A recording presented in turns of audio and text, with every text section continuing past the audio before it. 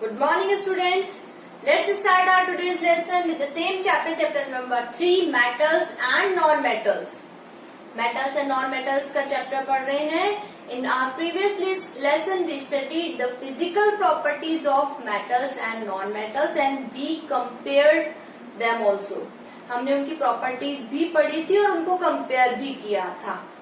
Now, in today's lesson, we are starting the chemical properties of metals. अभी तक हमने physical properties पढ़ी और उनको compare किया. आज हम start कर रहे हैं chemical properties. So, chemical properties of metals. In starting, we are taking the first reaction, that reaction of metals with oxygen.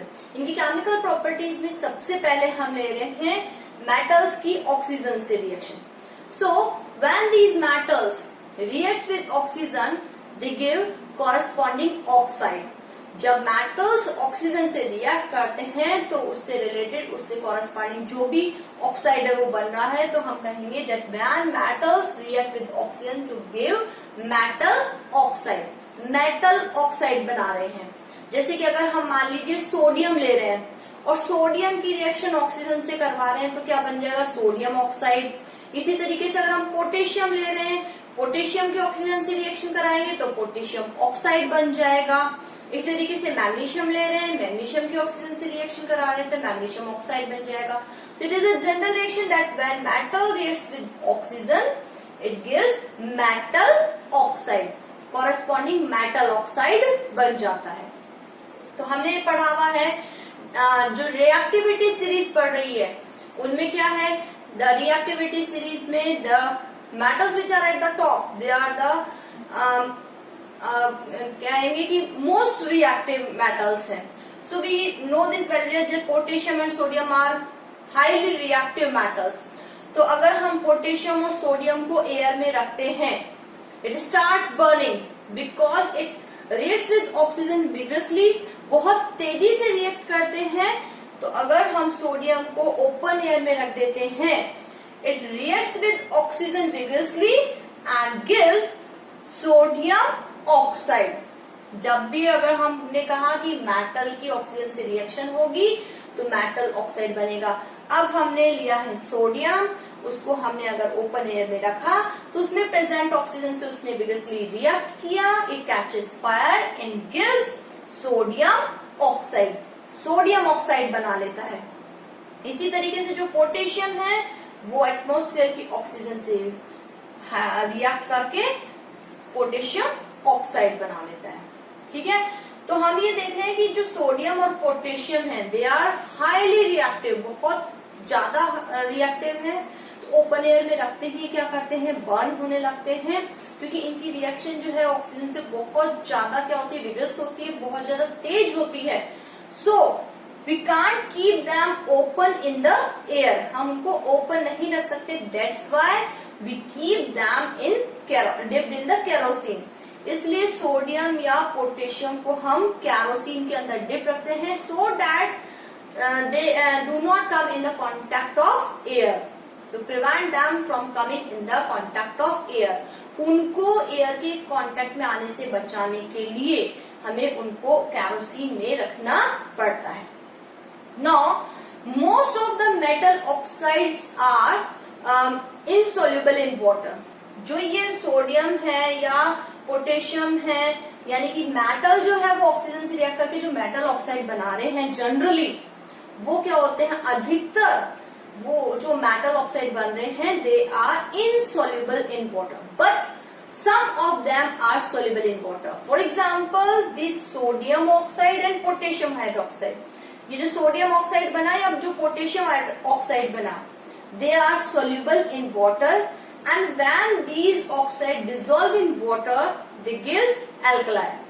In sodium oxide और पोटेशियम ऑक्साइड को अगर हम वाटर में डिसॉल्व करते हैं तो क्या बन जाता है, उनके हाइड्रोक्साइड बन जाते हैं, जिनको हम क्या कहते हैं, एल्कलाई कहते हैं.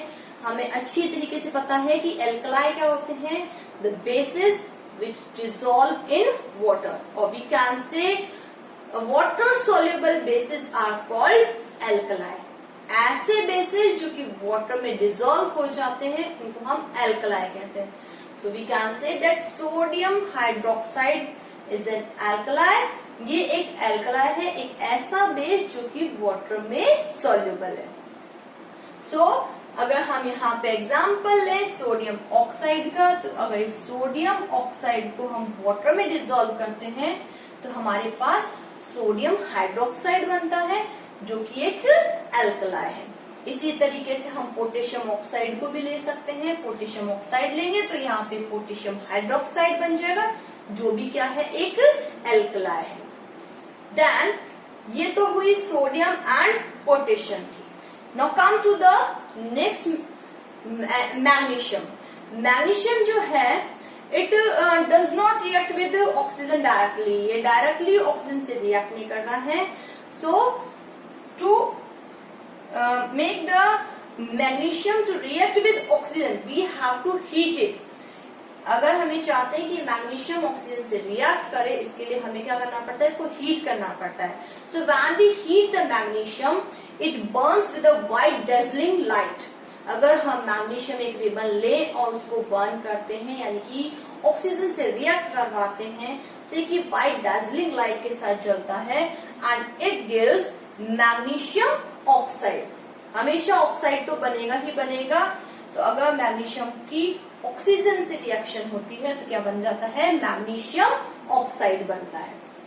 Now when this magnesium oxide dissolve in water, अगर इसी तरीके से अगर इस मैग्नीशियम ऑक्साइड को हम वाटर में डिसॉल्व करते हैं तो क्या बन जाता है, मैग्नीशियम हाइड्रोक्साइड। और ये जो मैग्नीशियम हाइड्रोक्साइड है अगर हम इसको लिटमस पेपर से टेस्ट करके देखते हैं it turns red litmus to blue. और हमने जब भी इंडिकेटर्स पढ़े हैं we know this very well that the substances which turns a red litmus to blue they are basic in nature. So we can say that this magnesium hydroxide is turning red litmus to blue. It means it is basic in nature. अगर हम ये कह रहे हैं कि अगर इस magnesium oxide हमने मैग्नीशियम रिबन लिया उसको बर्न किया और उसकी जो एशेज गिरी यानी कि जो वो बर्न होने के बाद उसका जो प्रोडक्ट बना वो क्या बना, मैग्नीशियम ऑक्साइड। इस मैग्नीशियम ऑक्साइड को हमने वाटर में डिसॉल्व किया और जब हमने इसको वाटर में डिसॉल्व किया तो हमारा क्या बना, मैग्नीशियम हाइड्रोक्साइड। अभी जो सॉल्यूशन बन गया है इसको हमने रेड लिटमस से क्या किया, टेस्ट किया। और जैसे ही पहले हम ब्लू लिटमस लेके गए तो blue will not change its colour, blue था ब्लू ही रहा। पर अगर हम रेड लिटमस लेकर गए तो red litmus turns blue, which shows that this magnesium hydroxide is basic in nature। जिससे ये प्रूव हो गया कि जो मैग्नीशियम हाइड्रोक्साइड बन रहा है ये कैसा है, बेसिक है। जस्ट लाइक दैट अगर हम एल्यूमिनियम को ऑक्सीजन में बर्न करते हैं या हम कहें कि एल्यूमिनियम को हीट करते हैं ऑक्सीजन की प्रेजेंस में तो क्या बन जाता है, एल्यूमिनियम ऑक्साइड बन जाता है। और ये जो एल्यूमिनियम ऑक्साइड है ये एम्फोटेरिक होता है नेचर में। अभी हम एक्सप्लेन करेंगे कि what do you mean by amphoteric. इसी तरीके से अगर हम जिंक को ऑक्सीजन की प्रेजेंस में हीट करते हैं तो ये बनाता है जिंक ऑक्साइड, वो भी क्या है, एम्फोटेरिक है। तो यहाँ पे ये जो सोडियम ऑक्साइड बना, पोटेशियम ऑक्साइड बना, मैग्नीशियम हाइड्रोक्साइड बना, यहाँ पे हमने बता दिया था कि ये भी एल्कलाई है, एक ऐसा बेस जो कि वाटर में सोल्यूबल है, यानी कि ये भी कैसा है, बेसिक इन नेचर। यहाँ पे हमने इसको प्रूव किया रेड लिटमस से कि it is also basic in nature. Means most of the metal oxides are basic in nature. इससे ये प्रूव हुआ कि मोस्ट ऑफ द मेटल्स के जो हाइड्रोक्साइड्स हैं, ऑक्साइड्स हैं या जो हाइड्रोक्साइड्स हैं, they are basic in nature, वो बेसिक होते हैं। अगर हमने यहाँ पे कहा है कि जो एल्यूमिनियम ऑक्साइड एल्यूमिनियम की ऑक्सीजन से रिएक्ट करने से जो एल्यूमिनियम ऑक्साइड बन रहा है या जिंक की ऑक्सीजन से की रिएक्शन से जिंक ऑक्साइड बन रहा है, they are amphoteric in nature. So what is meaning of amphoteric? Amphoteric means the substances which behaves like both as acid and base। ऐसे सब्सटेंसेस जो कि एसिडिक नेचर भी शो करते हैं और बेसिक नेचर भी शो करते हैं, दे आर कॉल्ड एम्फोटेरिक। यानी कि जो एल्यूमिनियम ऑक्साइड है, अगर वो एसिडिक नेचर भी शो करता है और बेसिक नेचर भी शो करता है। इसी तरीके से जो जिंक ऑक्साइड बन रहा है वो एसिडिक नेचर भी शो करता है और बेसिक नेचर भी शो करता है। Now we can explain it with these equations. इनको हम इन इक्वेशंस से इजीली एक्सप्लेन कर सकते हैं।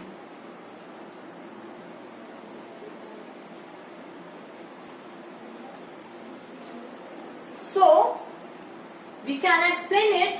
As I told you that aluminum oxide and zinc oxide are amphoteric in nature and they behave as both acidic and acid and the base. दोनों acid और base की तरह बिहेव करते हैं। So as we know that when the acid and bases react with each other, they give salt and water. So as I told you that aluminum oxide act as both acid and base. So when this aluminum oxide react with an acid, अगर इस aluminium oxide को अगर हम किसी acid के साथ react करते हैं, इट एक्ट्स एज बेस। अगर हमने इसको किसी एसिड से रिएक्ट कराया तो ये बेस की तरह काम करेगा and the neutralization reaction will occur. This acid and this base gives the salt and water. अगर हमने इसकी एसिड से रिएक्शन कराई तो ये बेस की तरह काम करेगा, सॉल्ट और वाटर बनाएगा। But if we are reacting it with a base, अगर हम इसकी किसी बेस से रिएक्शन करवा रहे हैं सोडियम हाइड्रोक्साइड के साथ, then it will behave as an acid. तब ये एक एसिड की तरह बिहेव करेगा। Again the neutralization reaction will take place and a salt and the water will produce. क्या बनेगा? सॉल्ट बन जाएगा और वाटर बन जाएगा। सो when aluminum oxide reacts with HCl, hydrochloric acid, it gives salt, aluminum chloride and water.